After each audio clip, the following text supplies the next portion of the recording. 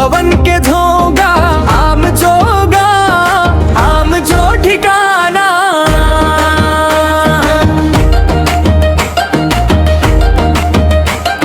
साल सागौन के छैहा मन, चीरी बोले मीठ मीठ। नदिया के पानी कल कल बहे थे, मन ला लागे बड़े सूरीत। डोंगरी ऊपर बदरा छाते, हरियर लागे चारों कोना।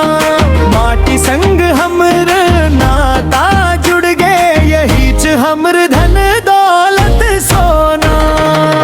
जंगल झाड़ी नदी पहाड़ी, आम जो जीवन आम जो चाहना।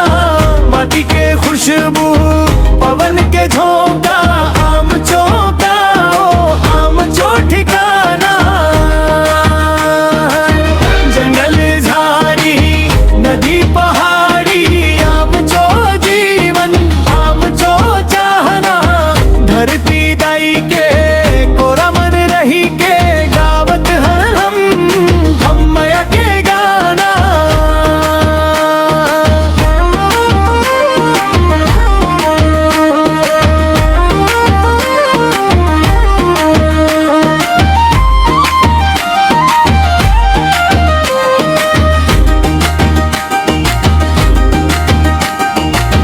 पहली क्रिया पहली हंसी, यही मन हमर बचपन खेलीस। खेत के खार के धूल चढ़े पावन मन, मन हर रोज नहीं लेखीस। कुआं के पानी चौपाल के बतिया, संगवारी सब बोइक संग।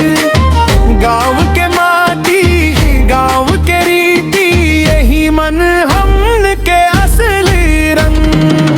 जंगल झाड़ी नदी पहाड़ी, आम जो जीवन आम जो चाहना। माटी के खुशबू पवन के झोंका, आम जो गार आम जो ठिकाना। जंगल झाड़ी नदी पहाड़ी, आम जो जीवन आम जो चाहना। धरती दाई के कोरा मन रही के, गावत हन हम मया के गाना।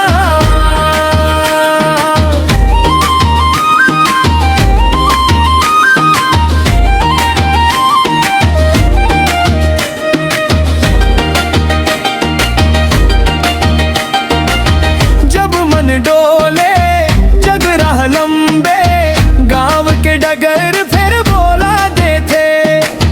माटी के रंग नदिया के संग, हमर नैया ला फेर संभल ले थे। दूर गईया तब हो याद रहे सब, ये धरती मन हमर परवान बसे।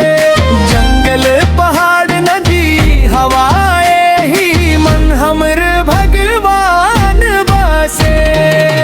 जंगल झाड़ी नदी पहाड़ी, आम जो जीवन आम जो चाहना। माटी के खुशबू